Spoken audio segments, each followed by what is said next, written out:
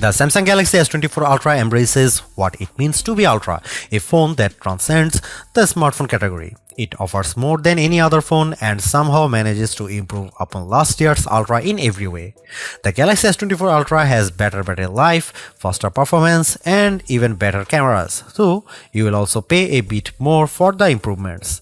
The new AI features are the only things that can slow this phone down, except for Samsung's aging and terrible software, which buries every exciting thing under layers upon layers of settings and menus.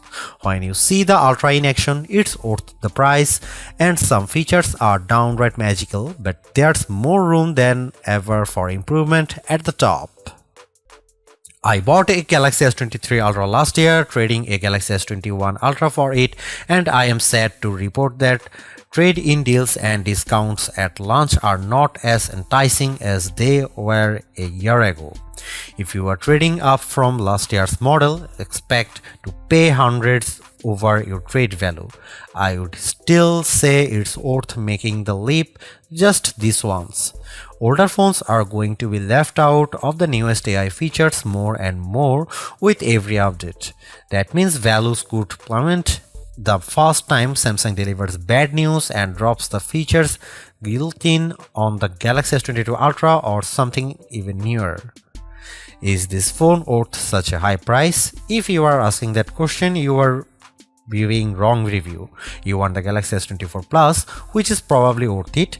This is the Ultra, this is the extreme phone, the one that does what no other phone can do. You can't put a normal price tag on Ultra, it doesn't fit. In a feeble attempt to inform users about everything the phone can do, the Galaxy S24 Ultra will occasionally bubble up messages and suggestions for things to try. Sadly, Samsung phones are overloaded with messages and suggestions.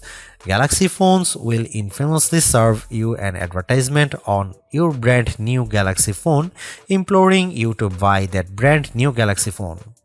That's not how you educate people. Take it from me, a former high school teacher, if you simply tell your users about a new feature once, you haven't taught them to use it. Samsung needs to take a big step back and figure out how to encourage users to try features they will enjoy. Samsung also needs to remove the features that aren't being used and hide the ones that don't need to be visible. As for the new AI features, they are a mixed bag of amazing magic and useless doggerel. If you get a chance to use the AI translation on a phone call, it's like science fiction. It feels like you have stuck a babblefish into your ear and you are living in a fantasy future. Samsung could write "Don't panic" on the phone and ship it with a towel.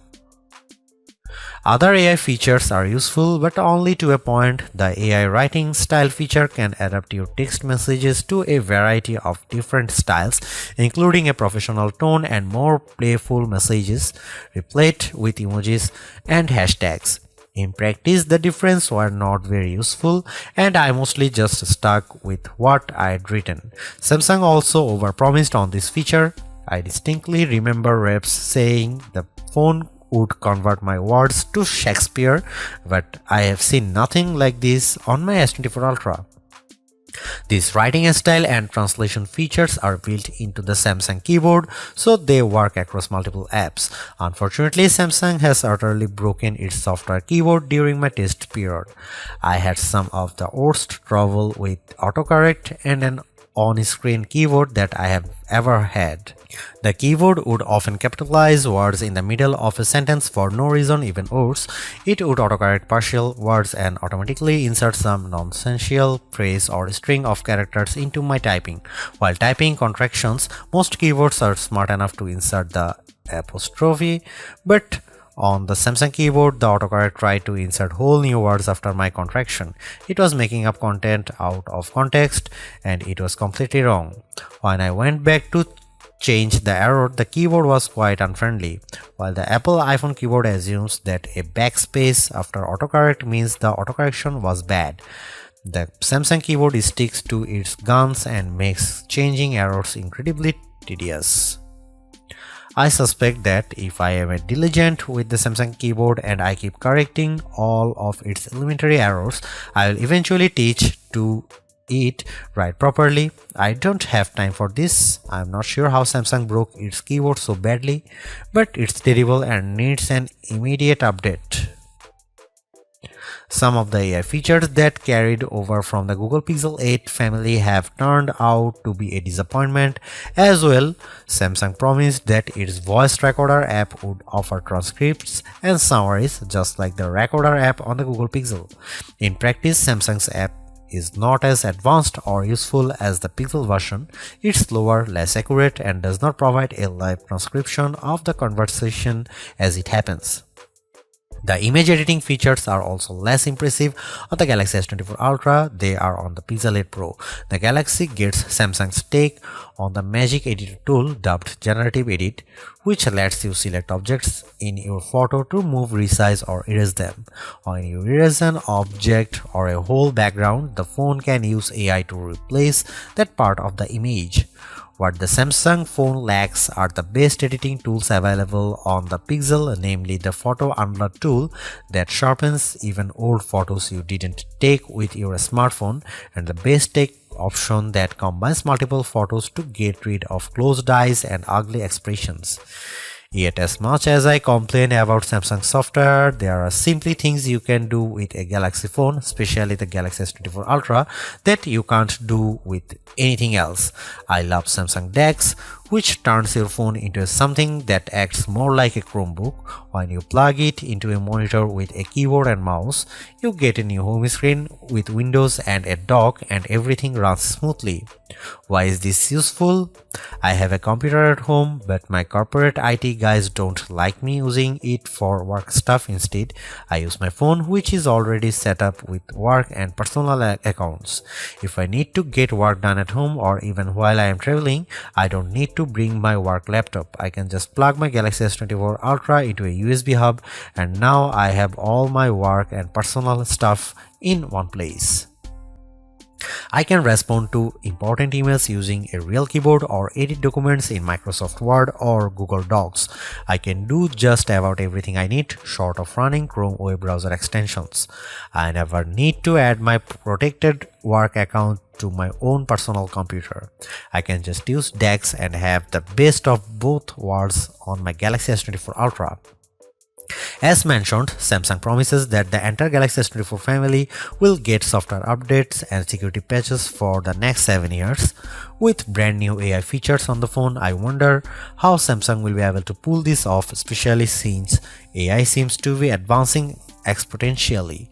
How can a 7-year-old phone possibly survive in the year 2031? One clue may lie in Samsung's terms of service.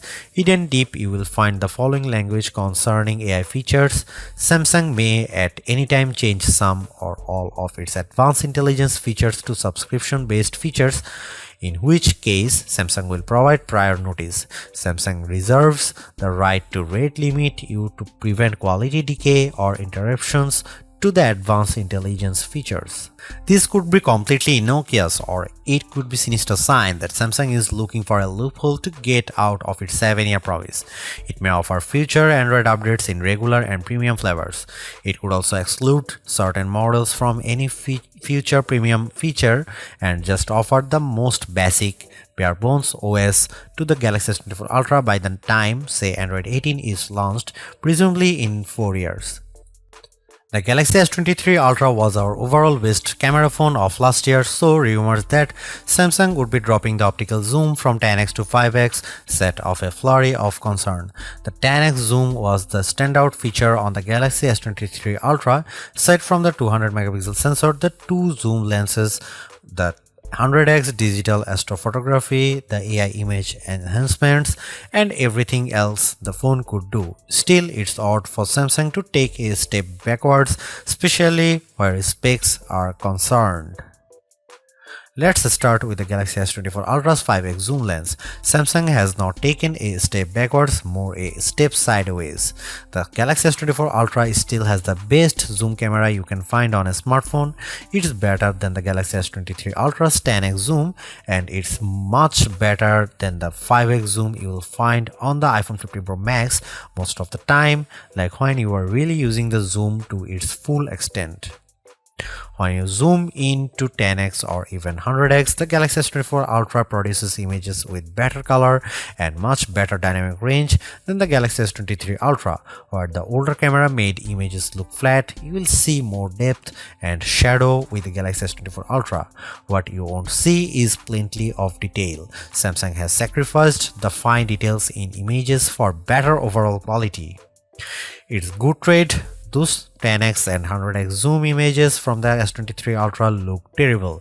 Sure, you could make out some details, but they are mixed with noise and blur like a virtual chopped salad. On the Galaxy S24 Ultra, you won't see as much, but you will be happier sharing those photos because they actually look like good pictures rather than police evidence. Check out some camera sample from Galaxy S24 Ultra and some comparison between Galaxy S24 Ultra, S23 Ultra or iPhone 15 Pro Max.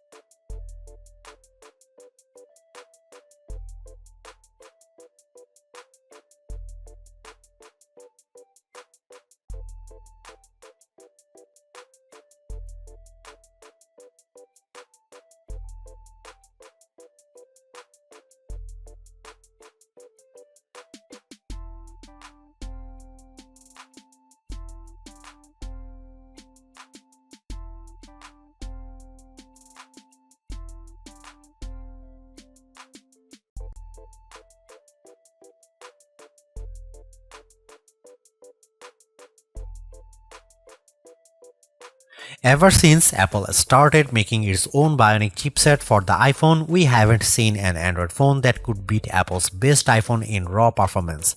That ends with the Galaxy S24 Ultra. The Ultra is just as fast as the iPhone 15 Pro Max, and in many ways, it's even faster. You may never notice the performance gains, but I have to give credit where credit is due. Qualcomm and Samsung have managed to top Apple's silicon for the first time in years. What does that mean? In the real world, everything that you could do on your smartphone, you can now do faster. If you play games like Call of Duty Mobile or Genshin Impact, you can play at the highest settings and experience fluid frame rates and stutter-free gaming. Pair your game with an Xbox or PlayStation controller via Bluetooth and you will be destroying noobs on pathetic pixels and cheap Motorola phones in your multiplayer arena of choice. Seriously, having a phone that responds so quickly to your commands and movements is a huge win for multiplayer games. Is the Galaxy S24 Ultra a gaming phone? Then You'd better believe it. I tested the Galaxy S24 Ultra against the Asus ROG Phone 8 Pro, a phone that is truly made for gaming. The Galaxy S24 Ultra had no problem beating the ROG Phone 8 in every metric, even producing a higher frame rates on the newest games. If gaming is not your thing, you can still feel the performance benefits. I edit photos in Adobe Lightroom, and on my Galaxy S24 Ultra I can move the adjustment sliders freely and watch my photo change in real time. In side-by-side tests using the new Adobe Intelligent Masking features, the Galaxy S24 Ultra was able to find and select my foreground subject in seconds faster than my older Galaxy S23 Ultra. The only features that cause a delay on the Galaxy S24 Ultra are the new AI features, and that's ironic. For the first time in years, Samsung commands a lead over its rival Apple, but it loaded the Galaxy S24 Ultra with AI features that Apple has skipped so far. Instead of feeling like everything moves faster on my Galaxy, I have to wait while the AI composes new text messages or makes edits in the photo gallery. Those features aren't worth the wait if there was no waiting. If writing suggestions appeared in real time the way Adobe Lightroom changes my photos, I'd be amazed by the AI tools and I'd use them more often. Instead, every time I see the AI starts logo appear, I see a stop sign. You won't find a phone with longer battery life than the Galaxy S24 Ultra. In our lab testing, which involves continuously browsing the web on 5G until the battery runs out, the Galaxy S24 Ultra in its default adaptive display mode lasted a huge 16 hours and 45 minutes. That beats the impressive 14 hours and 2 minutes the iPhone 15 Pro Max managed in our testing. It also outlasts the Galaxy S23 Ultra by more than 2 hours, as beats many other Android phones too. You'd have to buy a hardcore gaming phone with a massive battery inside like the Red Magic 9 Pro with its 6500 mAh cell to get any more battery life from your phone. Samsung didn't increase the size of the battery over last year's Ultra, it just improved power management on the Galaxy S24 Ultra so it saves more juice. The adaptive screen settings can be aggressive, but you can turn them off if you need a bright display all time. You can also adjust settings like screen resolution and processor performance to save more power. There are even more extreme options. Samsung used to have an ultra power saving mode, but now that's just another setting under the power saving features, letting you limit the apps available, turn off edge panels, dim the display, and generally shut down everything you don't need to conserve every watt. There should be a more intelligent power management option that reads your habits and adapts the power saving to the way you use the Galaxy S24 Ultra. Oh wait, there is a such mode and it's called adaptive power saving, but you will never find it. Adaptive power saving is buried under the settings menu, then under device care. Then you have to tap the battery graph, which is a button that doesn't actually look like a button, but trust me, it's a button. Then tap power saving, which also looks like plain text and not a button. Again, it's a button. Hooray! You are almost there. Just find the three little dots in the upper right corner, which is Samsung way to hide even more menus, and then you will finally be able to open the adaptive power saving settings. Why Samsung? Why? Why does it have to be this way? Why can't my Galaxy S24 Ultra come with adaptive power saving turned on by default? If this feature is so useful, why is it hidden beneath 5 layers of menus? Beneath buttons that don't look like buttons and sub-menus that are just cryptic dots. Enough is enough. Fix the software, or this is my last Galaxy Ultra. The Galaxy S24 Ultra charges at 45 watt, which is a respectable charging speed, fast enough to get you well past 50% if you only have a half an hour to charge your phone. In 15 minutes, my Galaxy S24 Ultra was just under 40% charged, and it took around 45 minutes to charge the phone completely. That's even faster than Samsung promises. There are phones that charges faster, like the OnePlus 12 that comes with an 80 watt charger. That phone can reach 100% charge in about half an hour, and OnePlus even has a super fast wireless charger that is capable of 50 watt charging. The S24 Ultra can handle up to 15 watt wireless charging, including the latest QI2 charging standard. The Galaxy S24 Ultra can also charge other devices wirelessly, and If you can find wireless power sharing in the settings menu, I will personally send you a price instead. Just add a wireless power sharing button to the quick settings menu if that's a feature you use often. Unlike the OnePlus 12, the Galaxy S24 Ultra does not come with a charger in the box, and if you want the fastest charging speed, you will need to pay attention to the charger you buy. You can spend a lot of money and get a big Walmart from Samsung, or you can do right thing to get Anker 713 Nano charger from Amazon for around half the price.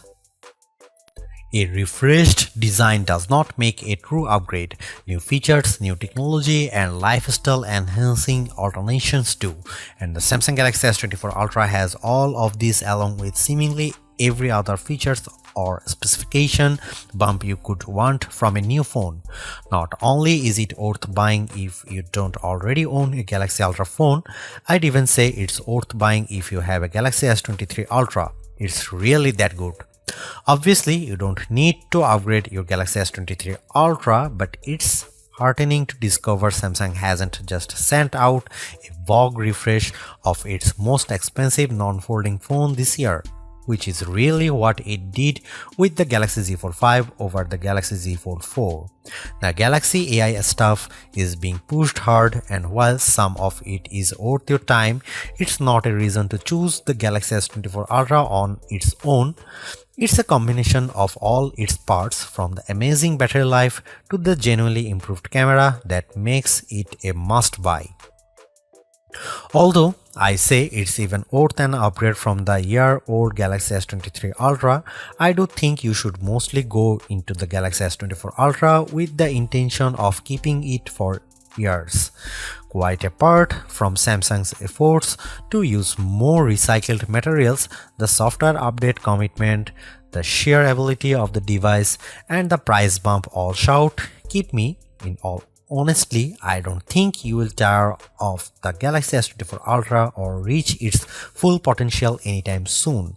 Buy it and keep hold of it, as you simply can't do much better.